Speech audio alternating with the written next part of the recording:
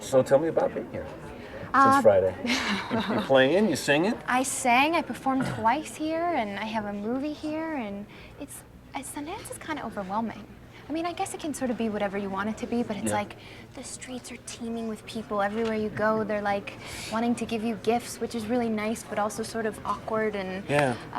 but it's kind of cool. I mean, you see a lot of people that you're not only fans of, but like people you may have worked with before, and it's just this nice sort of sense of community. Well, how many times in the past would you and I have ever sat on the stairs in some office building while, John Cusack's over there and somebody else is running around over there? It's odd. You're like, what? Where are we? But, okay, we'll just go with it. But you totally go with it. Well, so how is it to bring a film here and sit with this kind of an audience, a Sundance audience, and watch your film? Sundance audience is pretty critical, and Yeah. I think you're more nervous than like a regular premiere, but it's great. I think the festival would be different if you were here with a film you weren't proud of, and I'm really proud of Dedication. It premiered last night, and it's sold already, and I it's know. like, so we're sort of off to a good start. It's kind of like the perfect story, but I'm having a good time with it. Talking to John about his movie, it was the first one that sold here, and it was Yeah. like a marathon session until 5 in the morning, and he was kind of on the phone back and forth, how's it going? Were you aware of the process of what was going on? And Well, we're all staying in one house together, the cast and the producers and Justin, our director, and everything. And so, like, I went to bed early, like 11, but I kept hearing all this like muttering and like doors opening and shutting and the garage door opening and shutting and like people talking at like 2 and 5, and so I knew something was going on, but I kind of stayed away from it. And then you woke up and you... And I woke up and they're like, "Oh, we sold the movie." I was like, drinking my coffee. Yeah, trying to wake up. Exactly. How is it performing here and playing? I know you really want to try to position yourself away from the pop era that you were in and how you were portrayed then as Well, I just sang really bad music in the past, and I'm trying to.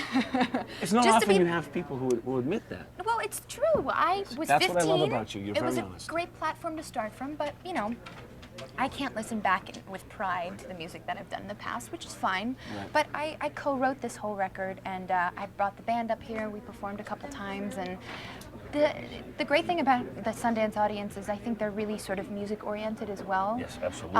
And I love the music scene up here. There's so many amazing like singer-songwriters and bands up here performing, and I just felt honored to sort of be included in that company. And you also said you went away to write this, right? I did. Yeah. I went away to write it, and I went away to Woodstock for 2 months to record it this past fall. So it's something that's very near and dear to me.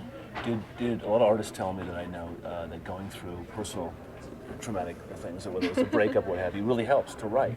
Yeah. Makes you feel real and honest. Did you feel that? Absolutely. What you went through? Yeah, I think you have to be vulnerable and put yourself out there. And the only thing I knew to write about was what sort of happened in my life over the last 2 years, the ups and downs, and the good and the bad. But sometimes it is a little easier with the harder stuff. It comes out a little easier. Young girls have always looked up to you because you've always been honest and what have you. And I thought it was very revelatory what you said in Jane magazine about depression. Was there any sort of like reluctance to get that out there? No, I mean, I guess I just wanted to be honest. I'm not like officially diagnosed with depression or anything, but I think like most people my age, younger, older, I sort of just reached this point in my life a couple months ago where I was like, I just felt really confused, and I've always been such a super positive person. Yeah. And all of a sudden I just felt a little blue for no reason, and I was asking myself just like, who am I? Am I doing what I really love to do? Am I doing it for the right reasons? Who do I want to be? Just sort of life-affirming questions, not to sound cliche, but... No, we go through that stuff. Yeah, and I think you go through it at like many, many different points in your life, but I kind of just put it out there because it's what I've been going through. It's what forced me to sort of write the record, and I don't know, it just felt honest. What has brought you through it? Was it the writing? I mean, you seem Time. Time? Writing, definitely time, surrounding myself with good people, but taking some alone time and just keeping to myself and sort of being in my head and trying to figure it out. And it's a day-by-day thing. I mean, And sometimes not having a significant other in your life definitely, helps. definitely. I think being by myself and having some significant time alone was definitely helpful. Yeah.